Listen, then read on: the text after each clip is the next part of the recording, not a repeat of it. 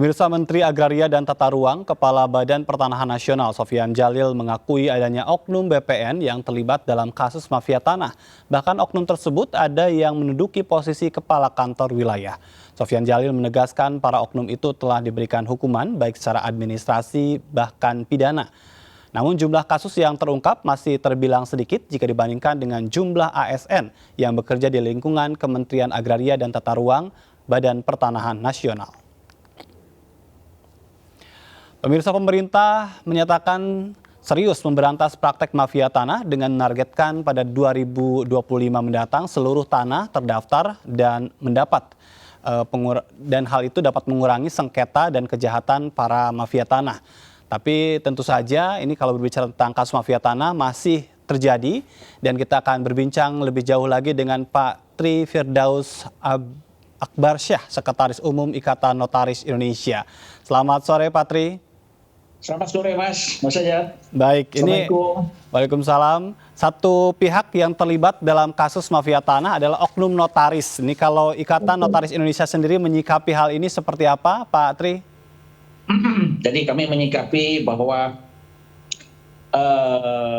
kami dari Ikatan Notaris Indonesia satu-satunya wadah yang menaungi seluruh notaris di Indonesia. Dan apabila dalam menjalankan jabatan kami ini ada aturan-aturan, ada SOP yang harus kita patuhi, ada peraturan-peraturan yang harus kita patuhi, kita dalam pembuatan akte. Nah, dalam hal ini apabila mereka melakukan pelanggaran, melakukan tindakan-tindakan di luar dari ketentuan yang berlaku, itu merupakan tanggung jawab mereka sendiri. Tanggung jawab mereka sendiri. Kami, anggota kami ini totalnya kira-kira 20.000 di seluruh Indonesia. Ya. Jadi jangan dirusak gara-gara hanya satu atau dua orang. Banyak notaris-notaris yang masih baik. Banyak sekali. Baik, Pak Tri, tapi kalau berbicara tentang kasus salah satunya yang menerpa Nirina Zubir, ini juga sudah ditetapkan sebagai tersangka, begitu kan? Dalam kasus ini sebetulnya Anda sendiri melihatnya posisi notaris seperti apa? Dalam hal ini kami belum bisa menerima data-data yang akurat hasil pemeriksaan dari kepolisian. Hanya kami berharap bahwa dalam hal penilaian ini adalah praduga tidak bersalah terhadap para notaris yang menjadi TSK. Dan kami sendiri belum terima hasil pemeriksaan dari kepolisian bahwa sejauh mana keterlibatan mereka. Tapi bisa kita lihat overall bahwa kegiatan-kegiatan yang dilakukan oleh teman-teman yang sekarang menjadi TSK, hasil pendalaman dari kepolisian, mereka telah melakukan pelanggaran-pelanggaran, Mas. Baik, tapi kalau dari namanya tentu Anda bisa sedikit bercerita track record atau seperti apa yang ini ketahui? Nah, kalau memang ada beberapa, salah satu dari notaris yang telah melakukan yang sekarang sudah ditahan itu memang mereka sering sekali melakukan dan itu pernah dilakukan dari organisasi pernah melakukan semacam scourging terhadap mereka. Jadi ada beberapa hukuman yang diberikan oleh organisasi dari majelis pengawas seperti teguran tertulis, teguran lisan, ada scourging sementara 3 bulan, 6 bulan, sampai pemberhentian sementara. Sampai pemberhentian dengan tidak hormat.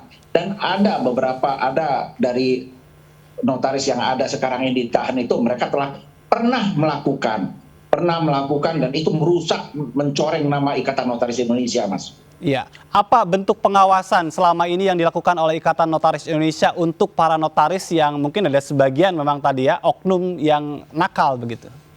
Betul. Di dalam pengawasan ini kami setiap daerah, kabupaten kota itu ada majelis pengawas daerah. Ada majelis pengawas daerah di mana majelis pengawas daerah ini memberikan pembinaan dan kita adakan pemeriksaan setiap tahun terhadap seluruh notaris yang ada di Indonesia.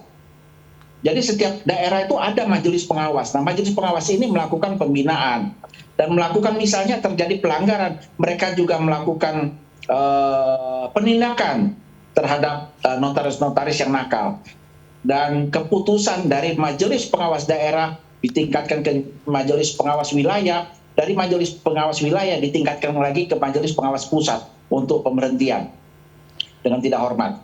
Baik, Pak Tri, ini kan posisi notaris dalam konteks jual beli tanah, pengalihan nama, ini kan sangat strategis sekali, bahkan bisa dikatakan sebagai ujung tombak lah ya. Kalau dalam kasus mafia tanah ini kan erat kaitannya, sekalipun mungkin ada sebagian warga yang beritikat buruk, tetapi kalau notarisnya berintegritas kan ini bisa dicegah. Ini bagaimana sebetulnya penguatan itu bisa dilakukan?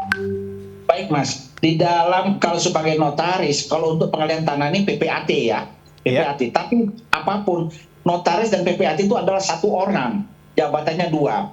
Nah di dalam pasal 16 UU JN, Undang-Undang Jabatan Notaris, notaris itu harus bertindak amanah, jujur, seksama, mandiri, tidak berpihak, dan menjaga kepentingan pihak yang terkait dalam pembuatan akte.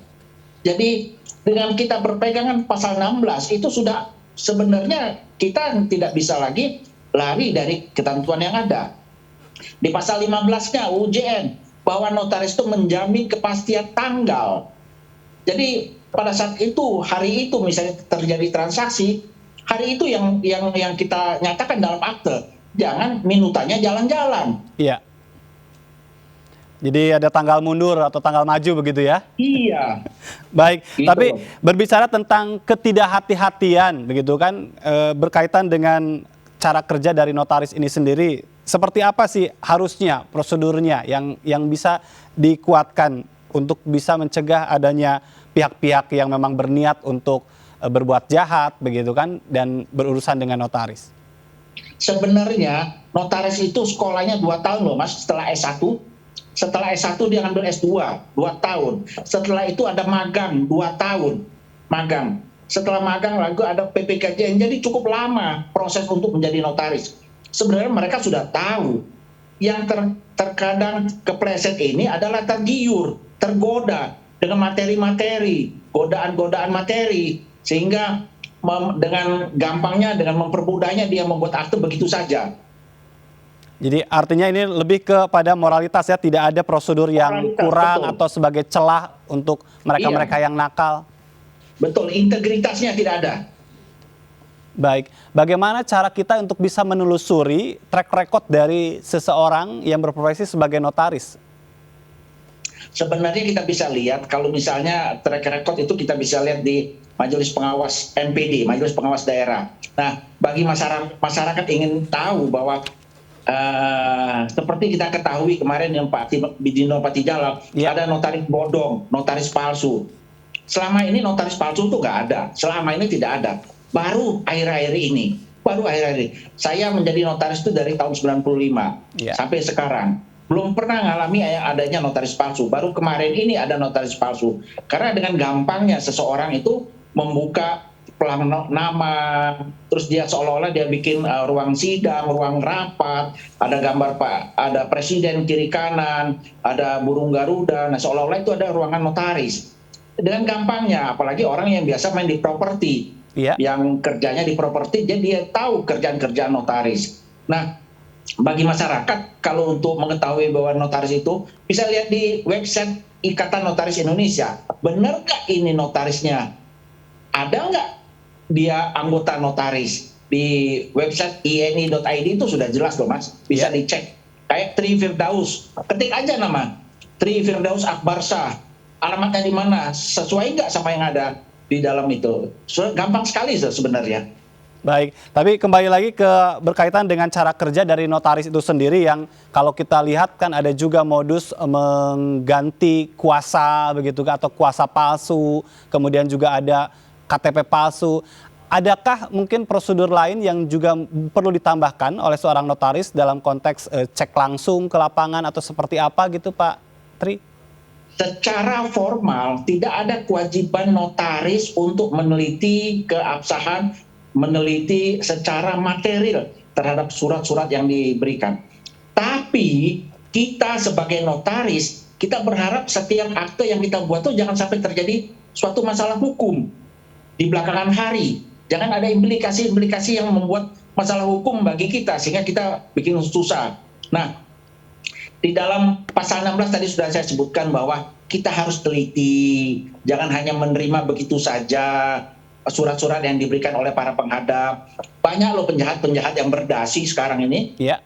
Dia pakai mobil mewah datang berdasi keren, taunya penipu, gitu loh. Banyak. Nah itu saya minta kepada teman-teman notaris di seluruh Indonesia, hati-hati, benar-benar periksa, teliti bahwa terhadap surat-surat. Nah, kita juga ada ini Mas, kita juga ada sudah kerjasama dengan Dukcapil. Jadi kita punya KTP reader. Dengan KTP reader itu kita bisa mengetahui apakah ya seseorang yang datang ke notaris itu benar KTP-nya yang dia bawa. Benar, dengan sidik jari. Gitu loh. Yang selama ini kan kita nggak tahu. Mukanya sama, dia pakai kumis, dia pakai kacamata. Lihat sama nih. Namanya misalnya sebenarnya namanya Trifirdaus, tapi misalnya dia disebut Muhammad Abdul misalnya begitu kan. Tapi artinya perangkatnya sendiri sebetulnya sudah cukup ya bagi seorang notaris untuk bisa bekerja secara profesional begitu ya. Iya, baik. Sangat cukup Mas. Baik, tapi banyak berkait kok notaris kita yang di Indonesia ini yang baik-baik, banyak sekali. Baik, Pak Tri, ini terkait dengan adanya kasus mafia tanah yang kita tahu banyak orang menyebut bahwa ini sebetulnya yang muncul ke permukaan hanya fenomena gunung es, masih ada. Bagaimana komitmen Ikatan Notaris Indonesia juga untuk bisa membantu memberantas mafia tanah, tapi nanti kita harus jeda terlebih dahulu, Pak Tri. Kita akan kembali saat lagi, tetaplah bersama kami pemirsa di MNC News.